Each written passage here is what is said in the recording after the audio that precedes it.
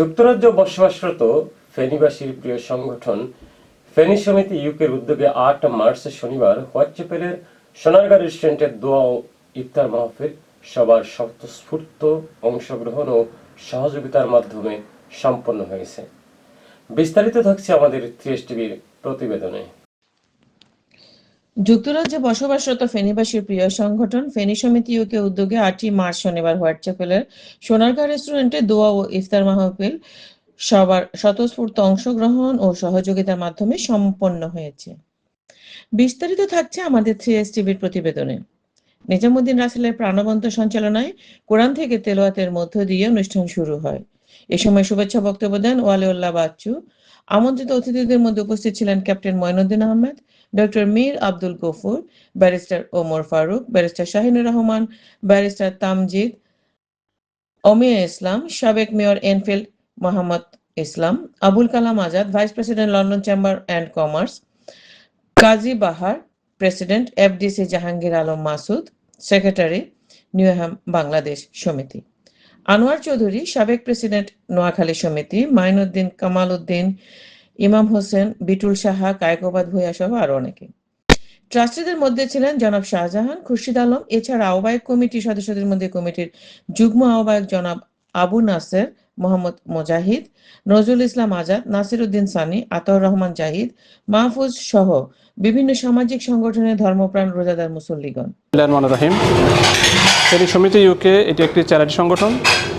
এই সংগঠনের মাধ্যমে মানবতার জন্য কাজ করা হয়। ফেনী অবহেলিত মানুষের জন্য আমরা কাজ করে থাকি। আমরা মানুষের যে সকল সমস্যাগুলো আছে ছোটোখাটো, আমরা দরিদ্র নিবারণ, চক্ষু চিকিৎসা এবং মানুষ যখন মারা যায় তার পাশে দাঁড়ানোর কার্যক্রমগুলো আমাদের এই ফেনী সংগঠনের মাধ্যমে আমরা করে থাকি। আজকের এই প্রোগ্রামে যারা এসেছে, আমি আমার ব্যক্তিগত পক্ষ থেকে এবং ফেনী সমিতির পক্ষ থেকে সকলের প্রতি কৃতজ্ঞ এবং সকল এই প্রোগ্রামকে সাফল্যমণ্ডিত করার জন্য সকলের প্রতি আন্তরিক অভিনন্দন জানাচ্ছি এবং আগামীতে আমরা যেন ফেনী সমিতির পাশে থাকতে পারি এই প্রত্যাশা ব্যক্ত করে আমি আমার কথা শেষ করছি। আল্লাহ হাফেজ, বাংলাদেশ জিন্দাবাদ। যদিও বিগত দিনগুলোতে কিছু সমস্যা থাকার কারণে ফেনীবাসী বিভক্ত ছিল, কিন্তু আমরা এই বিভক্তি থেকে মুক্তি পেতে চাই।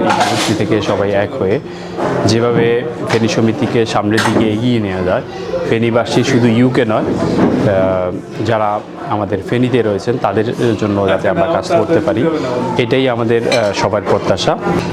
আসসালামু আলাইকুম। আজকের ফেনী সমিতি কর্তৃক আয়োজিত দোয়া ও ইফতার মাহফিলে যে সব ভাইরা আসছেন, সব ভাইকে আমি আন্তরিকভাবে অনেক ধন্যবাদ জানাই।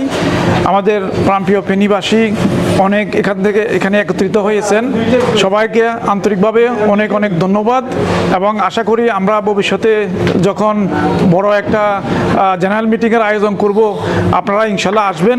সেখানে আমরা ইলেকশন কমিশনার ডিক্লারেশনের মাধ্যমে ফেনী সমিতি যেভাবে একত্রিত করা যায় এটার ধারাবাহিক আমরা অব্যাহত রাখছি।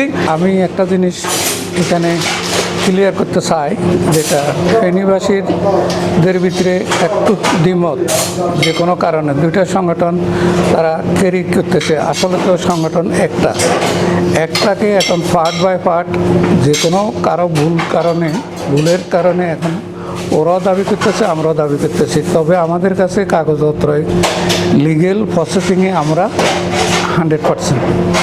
আমরা তারপরও আমরা চাই যারা আমাদেরকে ভুল বুঝতেছে, আমরা তাদের জন্য এখনও আমাদের দরজা খোলা আছে। ওরা যদি আমাদের সাথে আসতে চায়, একসাথে বসি একটা প্ল্যাটফর্মে আমরা ফেনী সমিতিকে নতুন একটা কমিটি দিতে আমরা বাধ্য। আসসালামু আলাইকুম। ধন্যবাদ আমাকে দুটো কথা বলার সুযোগ দেওয়ার জন্য।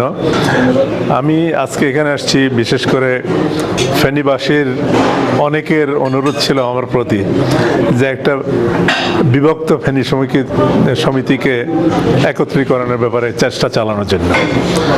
তো আমি প্রথমে ফিল করেছি যে ফেনী সমিতি তো একটাই সমিতি ছিল প্রথম থেকেই, এবং আমরা অত্যন্ত সৌহার্দ্যতার ভিত্তিতে ফেনী সমিতির কাজকর্ম চালিয়ে যাচ্ছিলাম এবং ফেনী যেহেতু বাংলাদেশের একটা অত্যন্ত গুরুত্বপূর্ণ, আমরা তো সবাই সবাই বাংলাদেশি, সেই হিসাবে আমরা শুধু ফেনীকে নিয়ে আমরা চিন্তা করছি, যেহেতু ফেনীতে আমাদের জন্ম, ফেনীতে আমাদের বাসস্থান, কিন্তু ফেনী থেকে শুরু করতে হবে আমাদের দেশের উন্নয়নের কাজ।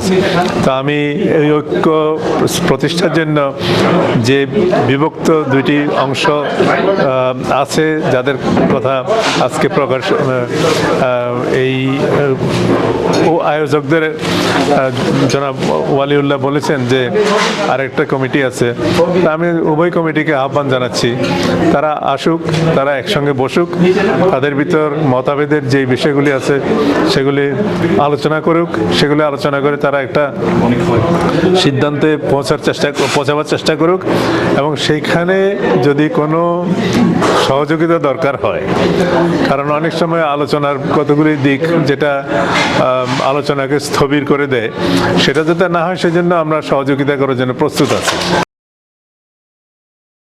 রিনা দাস, জিএসটিভি নিউজ, লন্ডন।